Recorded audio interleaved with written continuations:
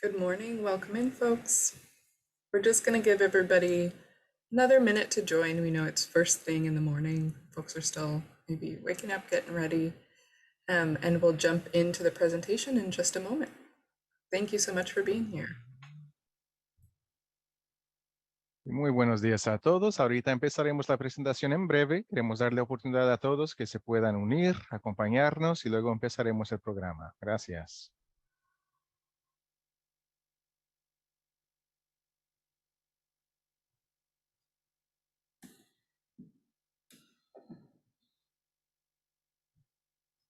Okay, I think we're going to give it 30 more seconds. We have quite a number of folks joining today. Very excited to see so much participation.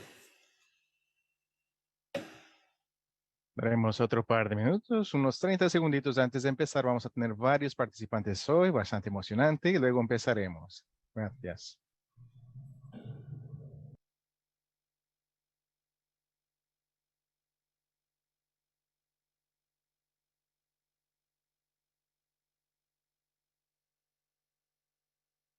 And Coral, may I interject just one more time. I'm going to log in on a second device to ensure that I have a good recording. Would you allow me, please, the permissions to record on the second device that I am about to enter? Yes, absolutely. And you'll be under the same email? Correct. Okay, yes. Wonderful. Yeah, on that one, I'll just leave my name. I won't put Spanish interpreter. I'll just leave my name, Mark Gutierrez. Okay, I'll try to look out. And team, if you could see if you can also, just in case I miss it, that would be wonderful. Thank you. Of course, thank you.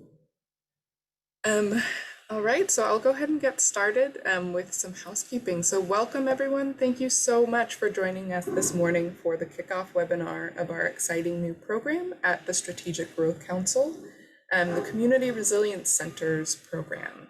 We are very grateful to you all for joining us here today and are so glad to see that there are so many folks interested in this program. And we look forward to developing the program in the coming months with your partnership and guidance. So before we dig into team introductions in just a moment, wanted to cover some housekeeping items.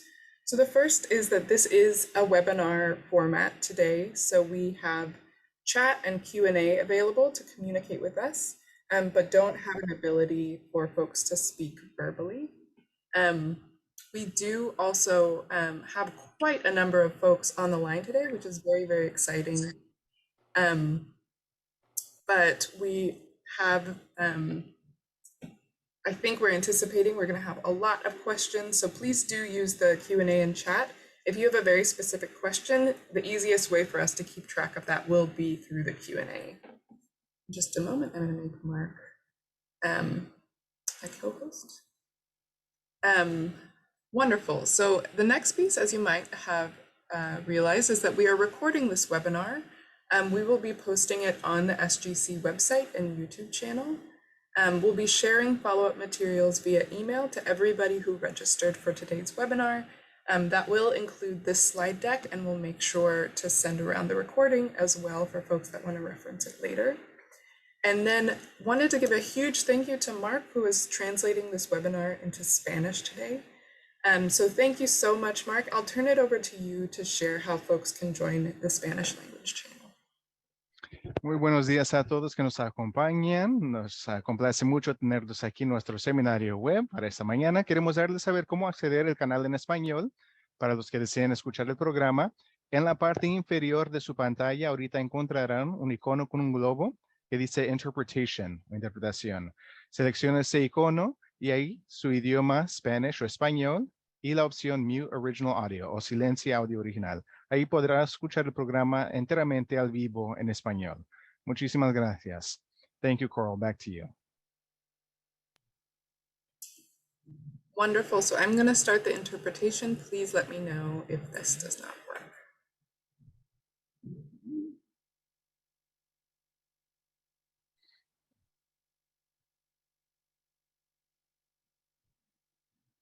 Great. Wonderful.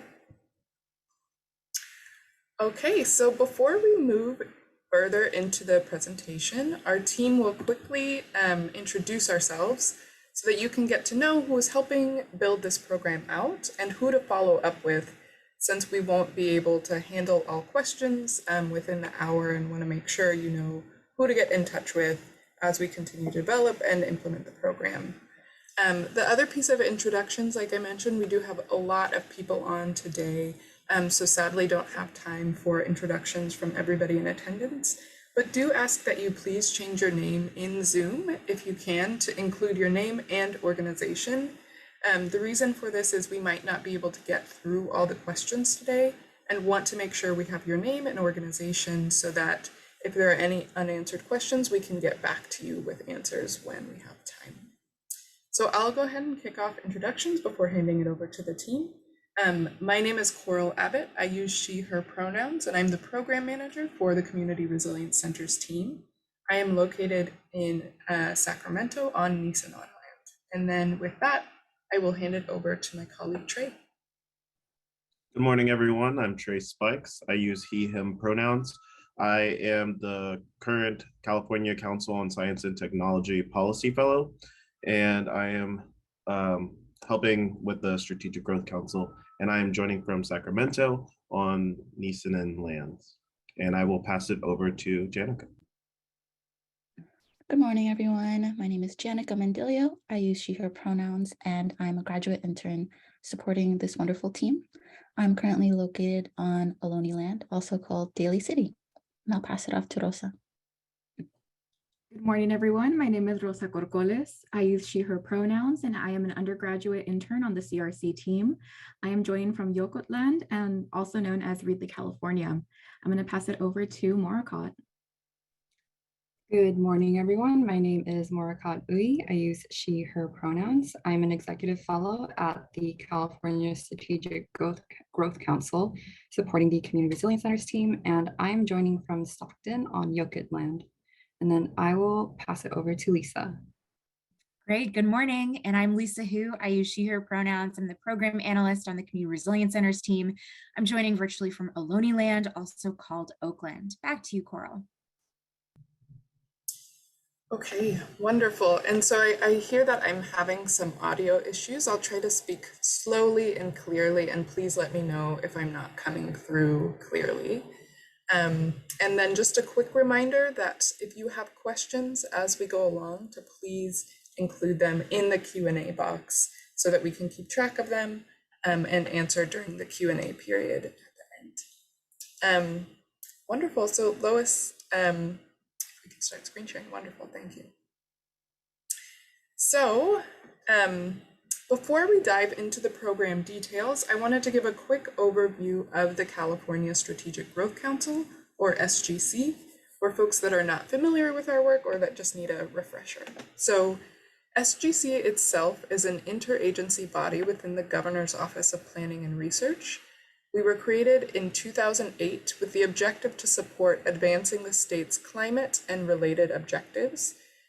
This includes a very long list of tasks and policy areas, including improving air and water quality, protecting natural resources and agricultural lands, promoting public health, increasing the availability of affordable housing, improving the infrastructure system, revitalizing urban and community centers, assisting state and local entities in planning sustainable communities and meeting AB 32 goals, and finally, advancing priorities developed in the state's climate adaptation strategy. So over time, we focused this kind of large charge on work that lands at the intersection of climate and environmental justice and equity through our program and policy work. Next slide, please. So SGC organizes our work by 5 themes. The first of these is fostering collaboration. So that's collaboration between different state agencies, between agencies and stakeholders, and between stakeholders.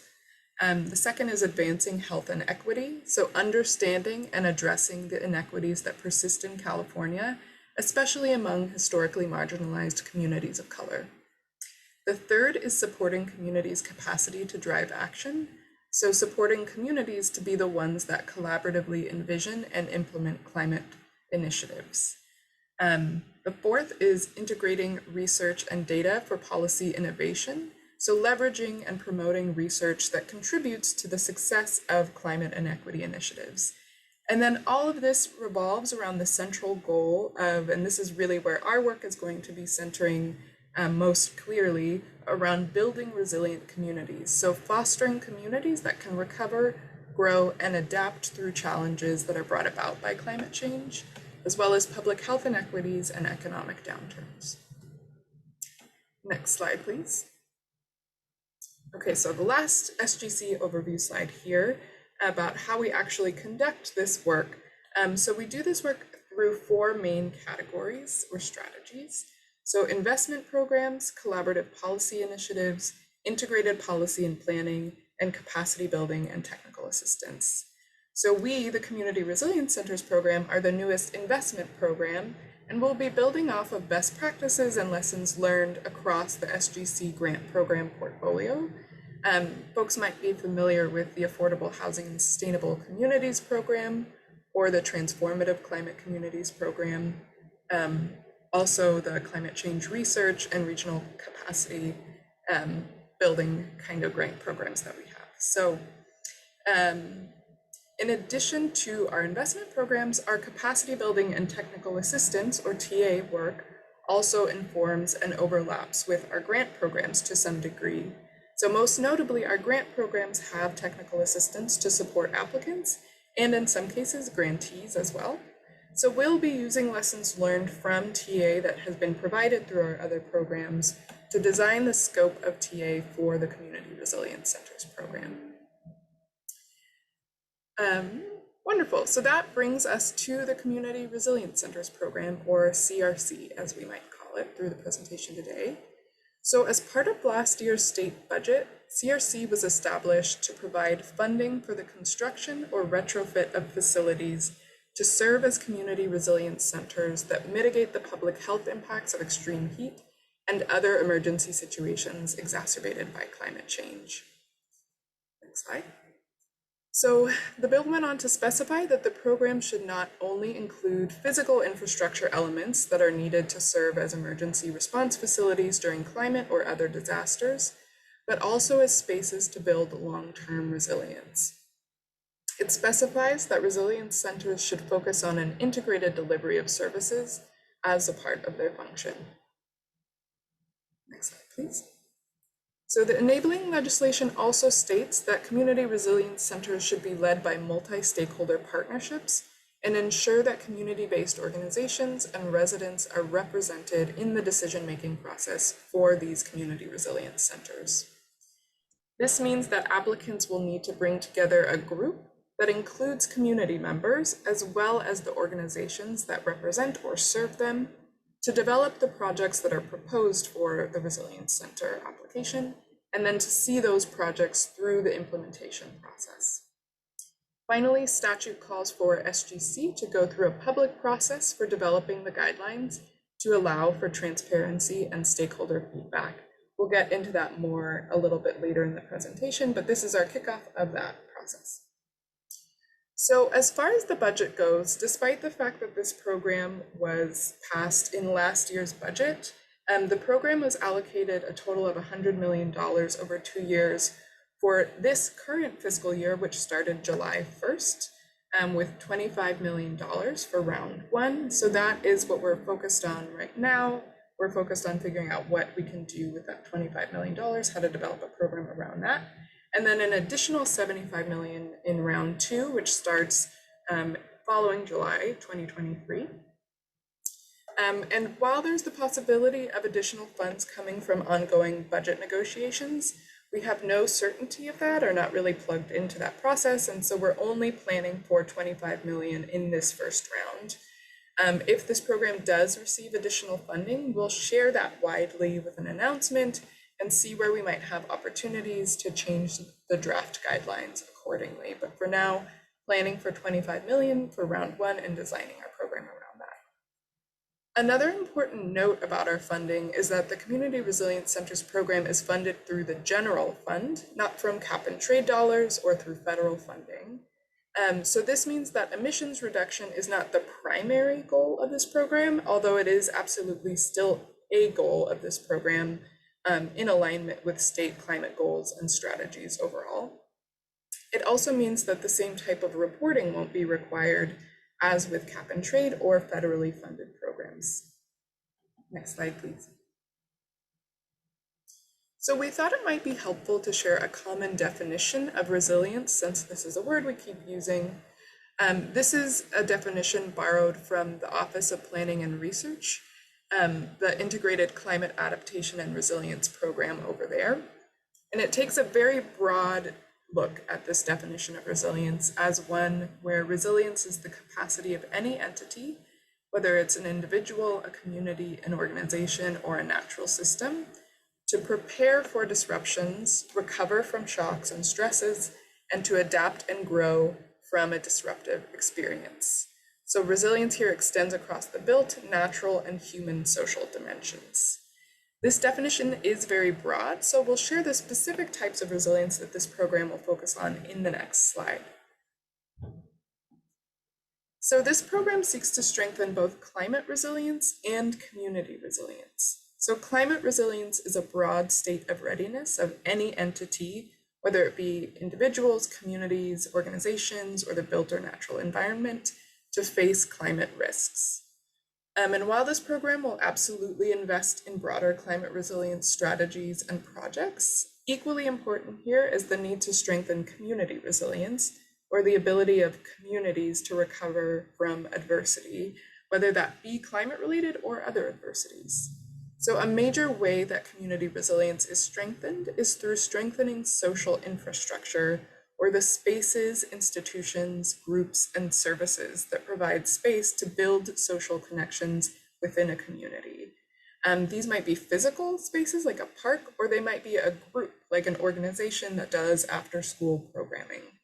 So in order to strengthen community resilience, we see it as critical that this program also funds social infrastructure that supports community connections and addresses the immediate and ongoing needs of communities, such as food and water access, for example.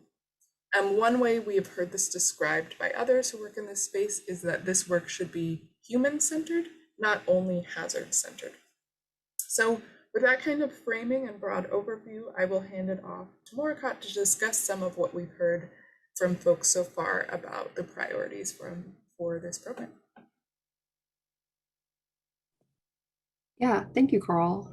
And so while the CRC program just officially received funds on July 1st of 2022 in the new fiscal year, we have already heard a range of priorities from stakeholders. And so prior to even beginning our formal public engagement process, which we're kicking off today, we have a summary of stakeholder priorities already raised for program design.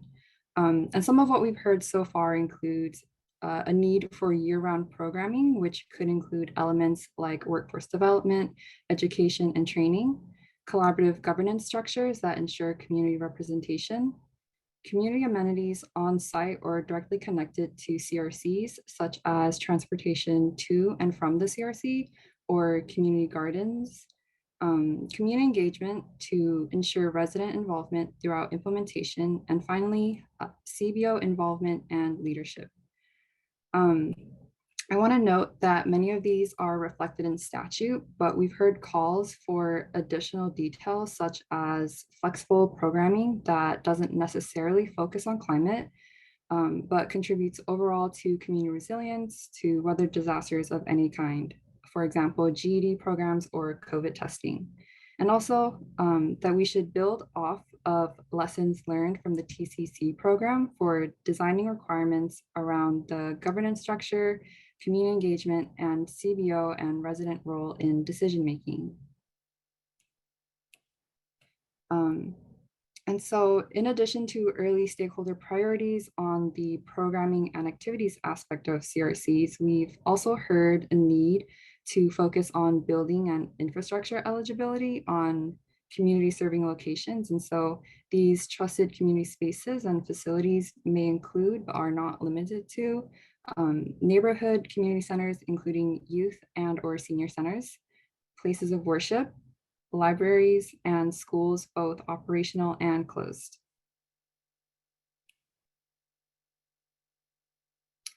And finally, we intend to incorporate a few other elements not required in statute, but that we see as important.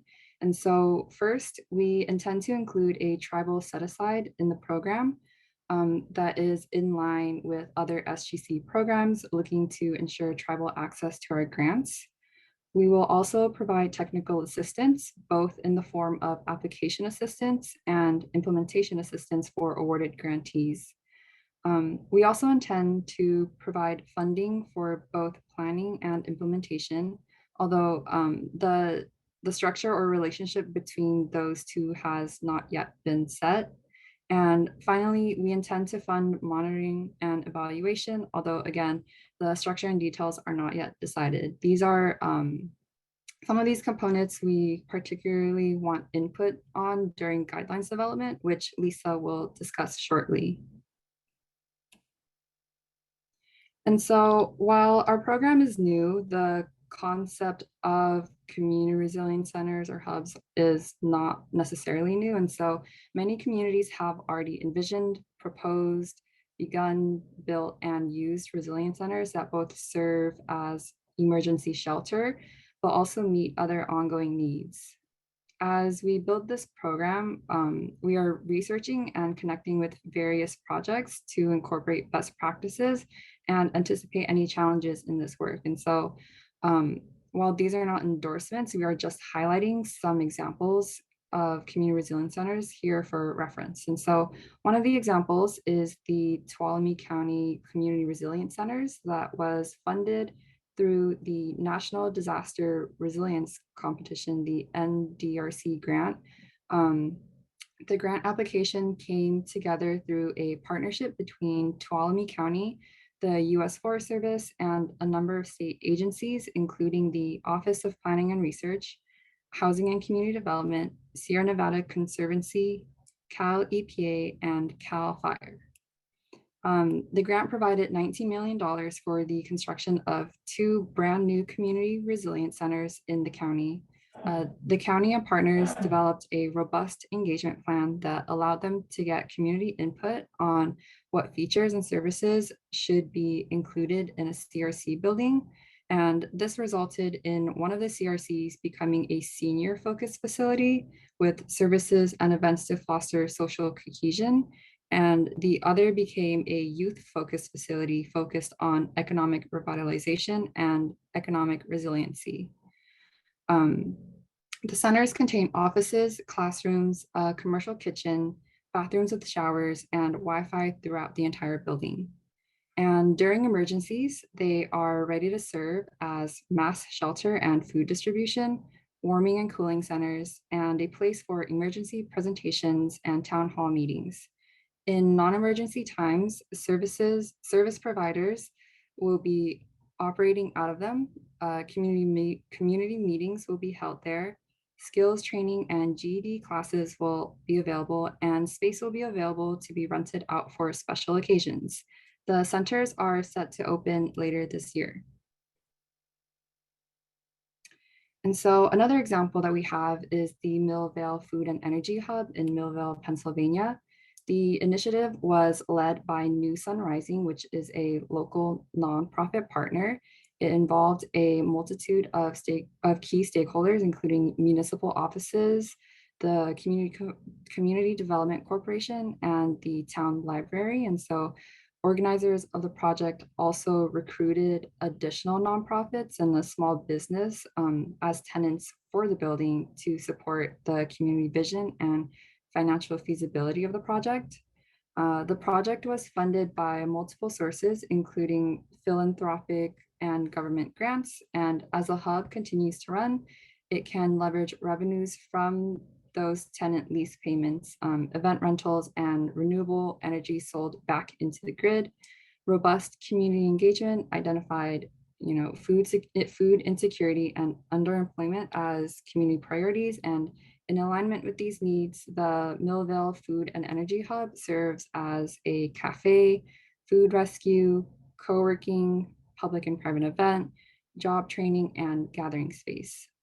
The hub is ready to serve during emergencies and in response to food insecurity, exacerbated by the COVID-19 pandemic, the hub distributed nearly 3 tons of fresh produce each week to families.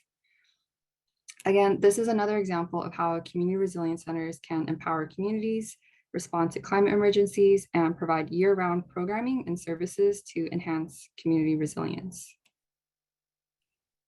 And then really quickly, we have a third example in Baltimore, Maryland, which is the Powerhouse. It is led by a local nonprofit and in partnership with local government. This community center is located within a public housing community. With input from local residents, the center added solar and storage, charging stations, HVAC, classrooms, and an athletic field. And in addition to the physical upgrades, the Powerhouse also offers community programming by serving as a community space for activities, including food and water distribution, before and after school programs, ESL and GED classes, and job trainings and community service opportunities for local youth. And so while we are quite early in program development and actively working the details of eligible and ineligible costs, our enabling legislation does put some boundaries on what we are not able to fund. And so first, this funding cannot fund energy efficiency upgrades to the broader neighborhood. So this funding cannot pay for solar installation on homes and businesses in the surrounding area, for example. And secondly, CRC projects must involve a physical building. We cannot fund upgrades only to an outdoor space. Improvements to an outdoor space may be eligible in combination with the physical resilience center building, like a local community center. And we absolutely recognize that there is a huge unmet need for these kinds of investments. So we will be working with other agencies to identify other funding sources folks can look to for projects that fall outside of the scope of what CRC is able to fund. And some of our colleagues at OPR are working on a resource to help stakeholders navigate the many new resilience-related programs offered across state agencies. And we can make sure to share this with you all once that is available. And so with that, I will pass to Lisa to go over our guidelines development process and timeline. Great, thanks, Morakat. So given our placement in the California Governor's Office, our values as SGC, which Coral mentioned at the top, and some really strong program precedent and staff commitment, and as well as activated stakeholders and community members like yourselves, our team is really committed to a robust and transparent stakeholder engagement process. Our proposed guidelines development timeline is listed on this slide and will be shared publicly on our website. We are trying to balance both the urgency of funding these projects and communities and our commitment to designing a program with intention, equity, best practices, and lots of public input in mind. So at a high level, here's our anticipated timeline. Our listening sessions begin July 19 through July 26. Our team has already started drafting some initial draft guidelines. We'll keep building those in August. Our plan is to release those draft guidelines for public comment in September for at least 30 days. During that time, we will also host public workshops to invite specific input on the draft. Our team will then review, incorporate, and update those guidelines based on your comments in October to November. And our goal is to post proposed guidelines and present our final guidelines for adoption by our council at the December meeting. And that is a public meeting. All are welcome. Assuming we can meet those milestones, we would release the notice of funding availability and applications in early 2023 and aim to award the first round of funding by summer of 2023. You'll note that some ongoing components include some monthly interagency work group meetings, one-on-one consultations, focus group discussions, and stakeholder meetings. So there are many ways and multiple opportunities to engage with us through this process. And I'll note, if we hear from stakeholders during this process that we need more time to work on the guidelines to get them right, we are prepared to do so. So this timeline is very subject to change, but we will post it on our website in addition to sharing the slide deck. Today's kickoff webinar is our first official public forum of engagement since our program only received our funds on July 1 in the new fiscal year, as Morakat mentioned. So our team is hosting a variety of listening sessions starting next week. Our team tried to provide a range of days, times, and some segmenting to ensure rural communities in particular and tribal communities in particular have their own spaces and as much lead time as possible. We imagine we will do something similar to previous listening sessions, which is sharing back anonymized summary from the session to registered participants, but likely not posting all of that information publicly to respect confidentiality. But we will absolutely post and share an engagement summary, perhaps in installments during the session. All right, so based on what we've heard thus far from stakeholders, both on this program and from our previous roles, insights from our other state colleagues, and some team discussions, these are current ideas for areas of focus in our public engagement settings. We look forward to hearing much more from you and your communities on these topics during those upcoming listening sessions, so please join us. The first category is eligibility and requirements. So for instance, eligible applicants, also the applicant structure. Our statute names multi-stakeholder partnerships. Should this be a collaborative stakeholder structure? How would that look? What might the role of local government be? Priority communities. We anticipate all communities will be eligible for funds and that we will prioritize certain communities for funds. What should that look like? Project area definition. We're trying to weigh the upgrades in a physical building itself and the community amenities surrounding that site, which Morakat mentioned, like gardens and our transportation. Should we set a buffer? What is reasonable, especially for rural communities? Site control requirements, many detailed questions about eligible activities and costs, and of course, a funding range for projects. Additional elements we especially welcome input and ideas on: in-language programming, tribal set-aside and tribal access, technical assistance, likely a mixture of application TA, implementation TA, but perhaps also monitoring and evaluation TA if that's a priority for stakeholders. And of course, evaluation itself, trying to balance that local neighborhood scale and community specific set of priorities and the overall state program. Resources for applicants. Are there frameworks, case studies, any kinds of materials that would be helpful for applicants as you're putting proposals together? And the possibility of a peer learning network for community resilience centered projects and communities. So again, please join our upcoming listening sessions and or email us directly. Our contact information will be on the last slide. Next slide, please. We also want to share some related funding opportunities from other state agencies that may be of interest to this audience. First of all, our colleagues at the California Department of Food and Agriculture, CDFA, received $150 million in last year's climate budget for 2 resilience programs.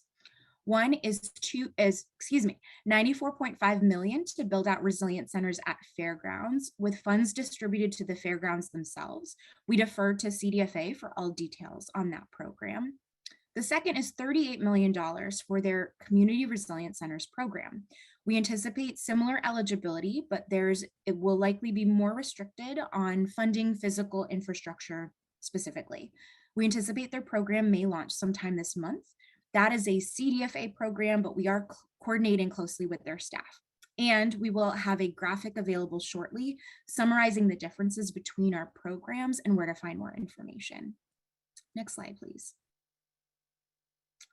Another grant opportunity we want to highlight here is from the Governor's Office of Planning and Research, OPR, housed within their Integrated Climate Adaptation and Resiliency Program, ICARP, my former team, is a new program called the Adaptation Planning Grants. That program is $25 million over 3 rounds with 3 main goals: fill local, regional, and tribal planning funding needs, provide communities resources to identify climate resilience priorities, support development of pipeline of climate resilient infrastructure projects across the state.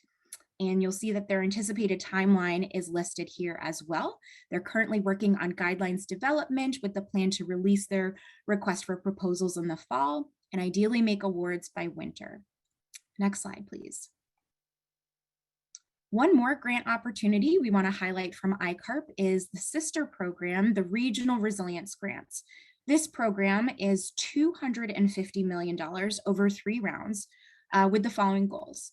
1, to support regional scale climate resilient solutions to local, regional, and tribal governments.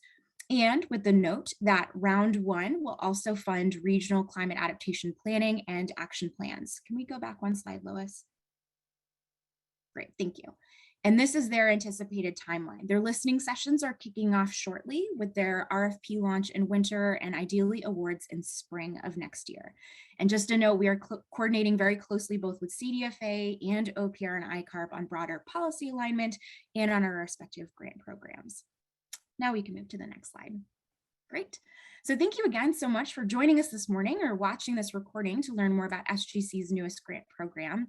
As we launch, here is a current range of ways to engage with us. First of all, we just welcome your support, participation, and expertise from you all, from your organizations and the communities you represent. So we really encourage you to, promote our opportunities through your networks, attend our listening sessions, submit public comment, attend our upcoming workshops, meet directly with our team, and also feel free to spotlight existing work. So perhaps models that are working, components that have been critical, where projects are getting stuck, all of that information would be so helpful for our team. And again, our team is happy to meet directly with folks. Our job is to serve the entire state. So we welcome introductions and recommendations on contacts, guidance, other programs, and materials. Once applications open, we strongly encourage folks to apply. And hopefully this offers a long enough ramp for communities to start activating if folks have not already. We also know many projects have already started, which is great. The last plug we'll offer here is that our team is hiring. If you are excited about this work, please come join us. We have 2 open positions right now to join Coral and myself as full-time staff to develop and administer this program, and we can make sure to share that in the follow-up materials. Next slide, please.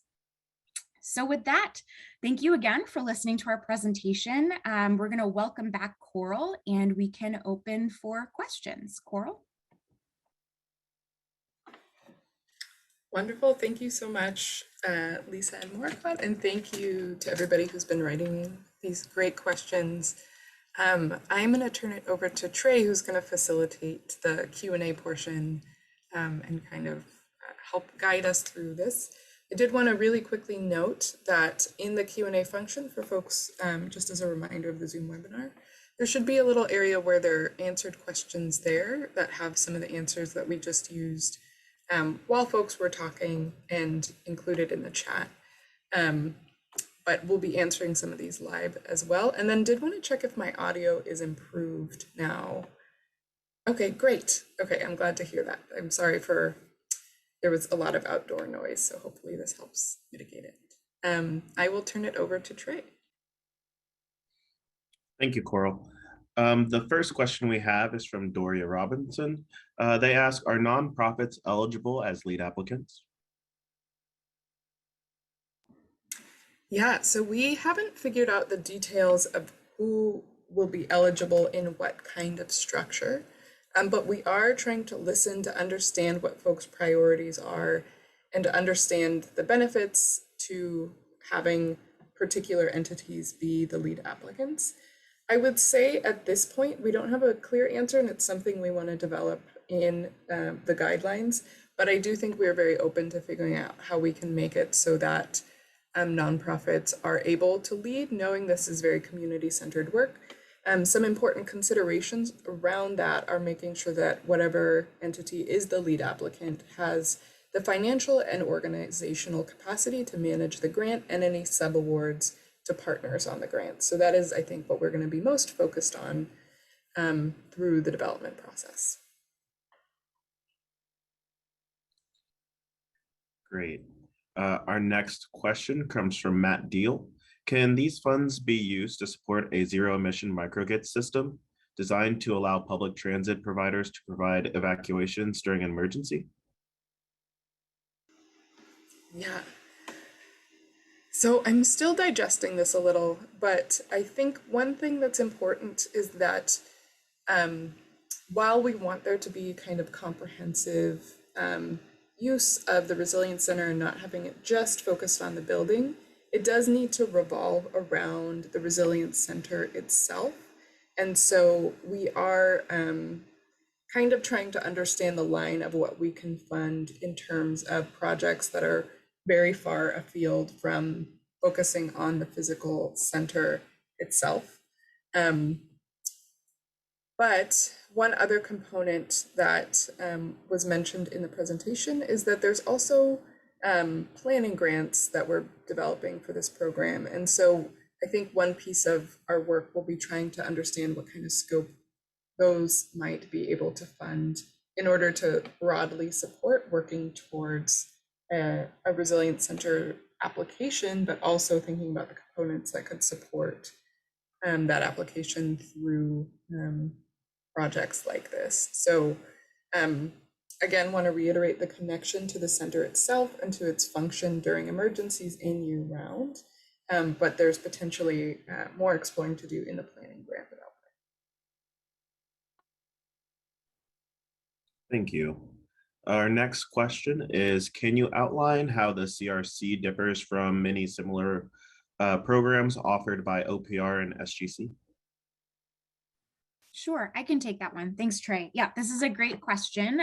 As noted during our presentation, the two grant programs that we're coordinating the most closely with right now on the OPR side are the adaptation planning grants and the regional resilience grants. Those programs are both just launching and still developing their guidelines. And so we are trying to coordinate very closely with them to clarify how their eligibility may differ or how their eligibility may also align in part with our programs. So all of that is still being actively discussed. But if you have input and suggestions or concerns, I think please come to our listening sessions, because funding alignment and really helping communities connect that pipeline of funding is something we're really interested in. Thanks for the question.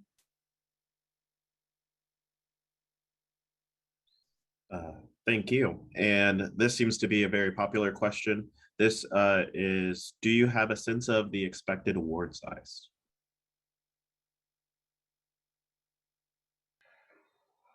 I'm happy to tackle that one. So that is something that we are looking to develop through this program development process. One limitation we're currently facing is that we only have 25 million in this first round, and we know that's not enough to fund many projects. And so we are trying to balance kind of being able to fund a sufficient number of projects across the state to have some diversity in projects that we are providing in this first round, with being able to provide enough funding that we're not excluding a huge number of folks because we're only providing very small grants.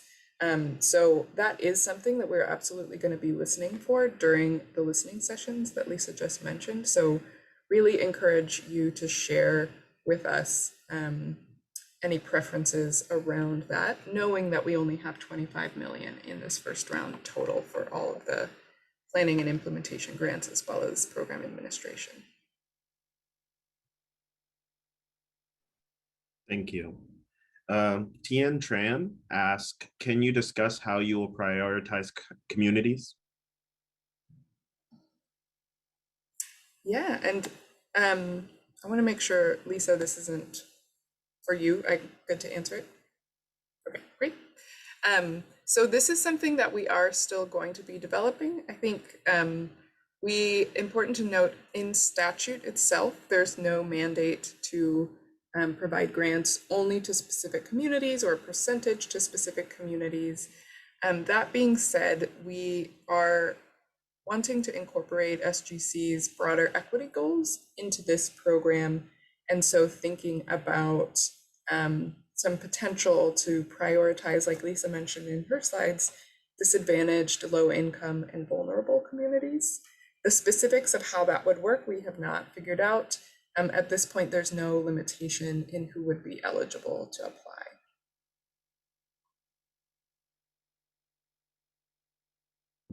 Thank you for that, Coral. I will add that the Q&A feature has an upvotes feature. So if you could use that, that will help us prioritize the most questions that we need to prioritize most. So thank you. Our next questions comes from Adriana Rapkin, and they asked, it would be helpful if you could include application dates in the timeline. Yes, totally understand that. So a large part of the reason we don't have that in there is because we are so early on. Despite the fact that the budget was appropriated in last year's kind of negotiations, we actually didn't get the funding until July 1st. So we're only 15 days into program development. And so that means that we are still trying to make sure that our timeline that we're proposing is actually going to work and around our council schedule. That being said, we do anticipate applications being released early next year. And then I think another piece that we want to hear from folks about is how long of an application timeline is needed. So I think that is something we want to make sure we're listening to and hearing folks on. Thank you. Layla Atala asked, would coordinated improvements at multiple sites be eligible in one application? Interesting. So what I'm hearing from that question is something similar to the Tuolumne County example, where there's 2 resilience centers with different improvements being made. Please clarify if that's not what you're asking. That is not something that we have outlined yet, whether or not it's eligible, and is definitely something we would want to hear more about if that's something you're interested in seeing funded in our listening session. So please provide us with that kind of information if you do want to see that.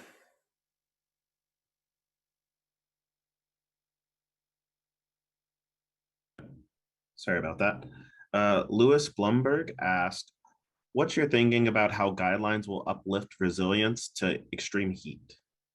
Lisa, I believe you would like to answer this. Sure, I can take that one. Thanks for this question.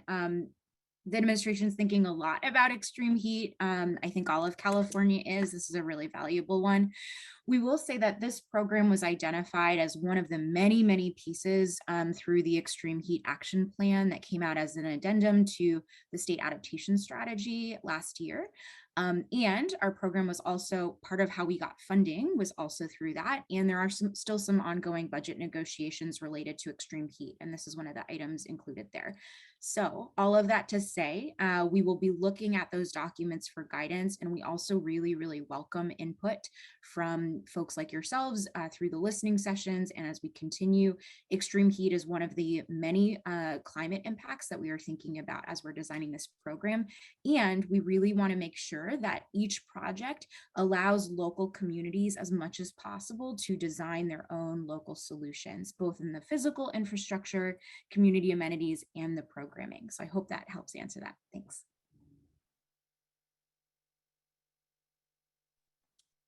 Thank you. And Jisho Yang asked, would it be possible to have guidelines for the Resilience Center's host? There have been concerns for the host around issues of liability if residents who use the centers during emergencies may be hurt. It may also be helpful for CBOs who have created the Resilience Centers to provide guidance.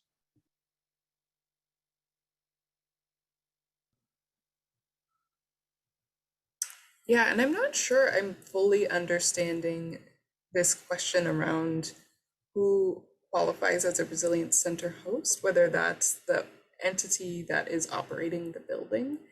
I will say that we're working with other state agencies who are very focused in the emergency management space to try and ensure that the guidelines have relevant guidance for different types of entities that might have very specific requirements. We know that local governments, for example, have more concerns around liability and legal issues. So we'll be kind of going through that in the process of developing the guidelines.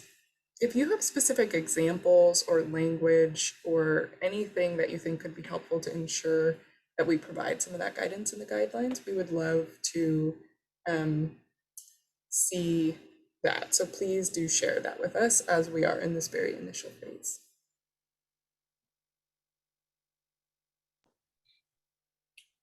Okay. Jason Yuen asked, One of the presenters mentioned that the CRC grants can't be applied to energy upgrades such as solar. Does this apply to generators or large batteries used to energize buildings during power outages as well? No, so apologies. This funding absolutely can be used for energy efficiency upgrades. It just needs to be related to the physical building that is serving as the Resilience Center pretty directly. So I think that what was just described is something that is very likely eligible. I apologize, I'm trying to find the language itself, but the energy efficiency components or energy resilience components of the building absolutely will be eligible under this program.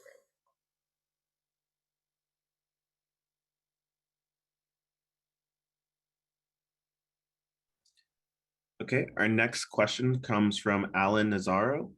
They ask, with all of the wildfires impacting rural and indigenous communities throughout California, there's a great need for resilience, technical assistance in planning for centers, development, and general climate resilience. Will this program address that need? Also, I assume that you are testing the waters by starting with only $25 million.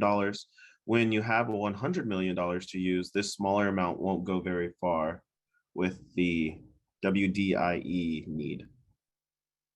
Yeah, so to answer that second question first, the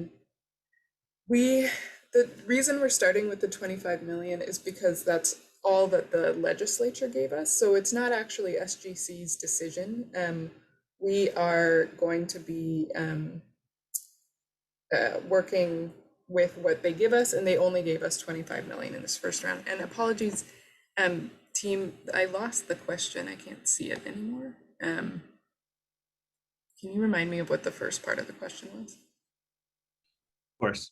With all the wildfires impacting rural and indigenous communities throughout California, there's a great need for resilience technical assistance in planning for centers development and general climate resilience. Will this program address that need?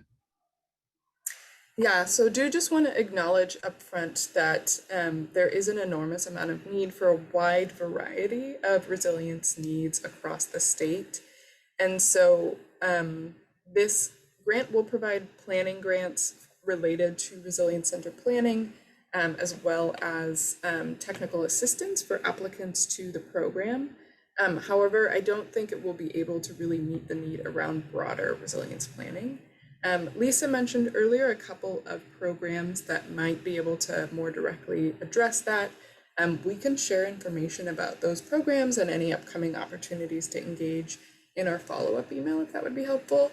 And then some of our colleagues at the Office of Planning and Research are also helping to develop a resource to help potential applicants navigate the huge variety of funding programs that are available for resilience that are coming out in the last couple of years, just knowing there's been a really large influx of funding in this space from the state. And so that's something that we absolutely can help to share out as well.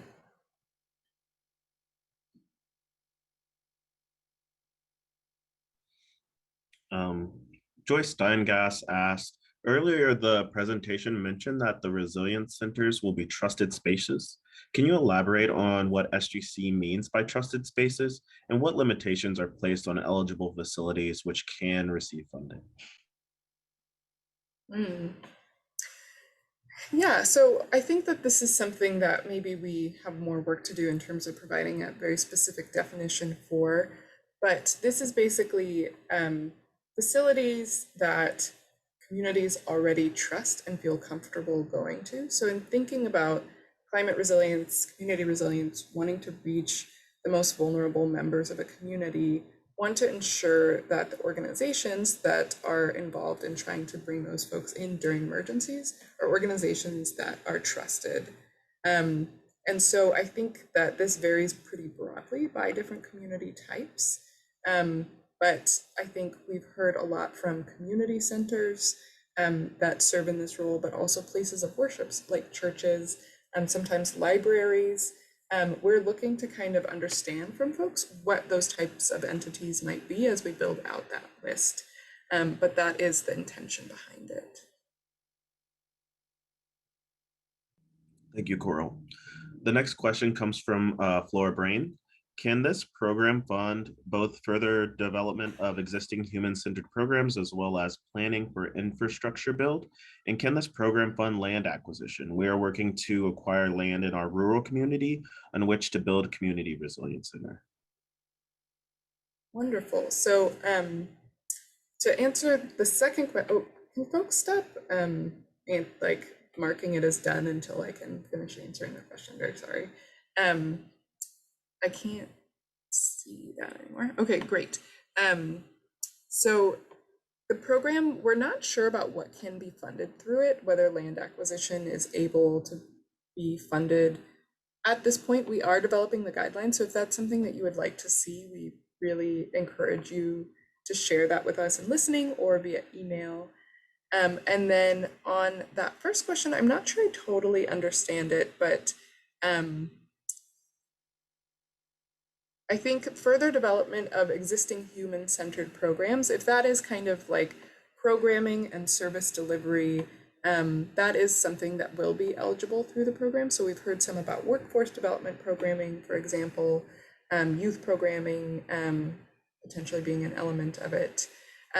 Planning for an infrastructure build. So under the planning part of the program, we may be providing those planning grants. And so we haven't detailed the costs related to planning yet, but we do intend to fund planning activities through this program.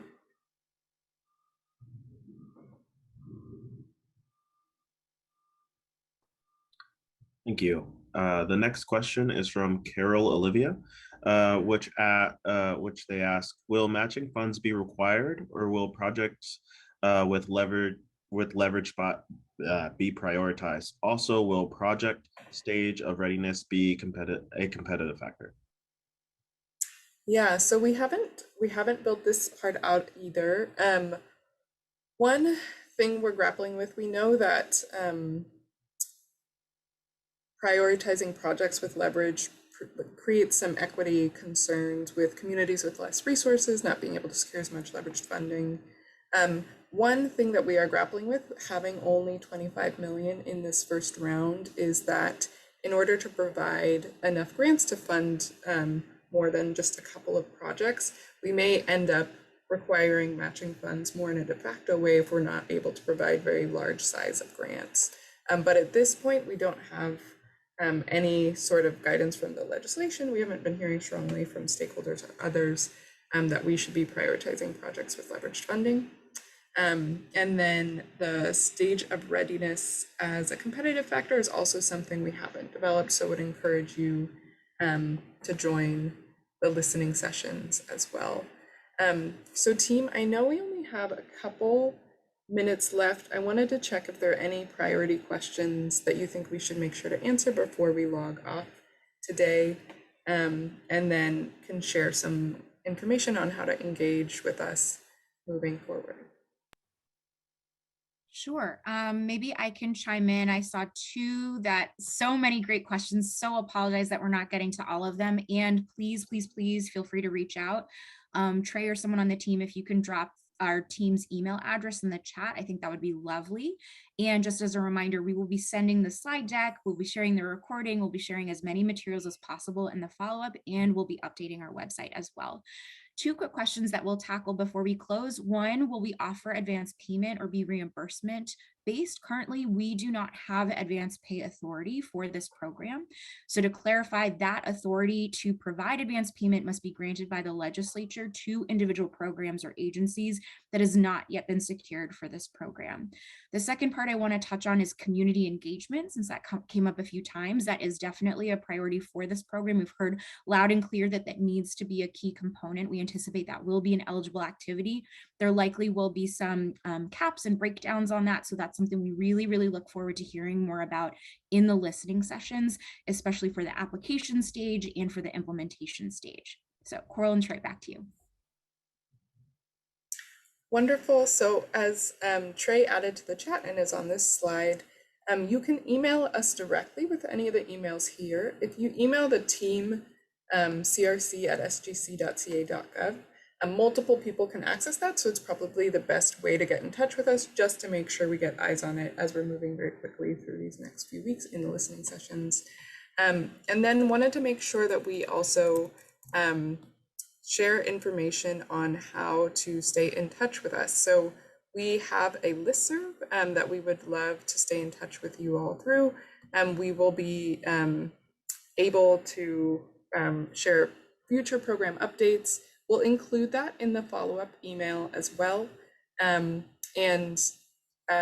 Just wanted again to encourage everybody to join the listening sessions over the next couple of weeks, so we can hear from you about how to best design this program, and can share information about those in our follow-up as well.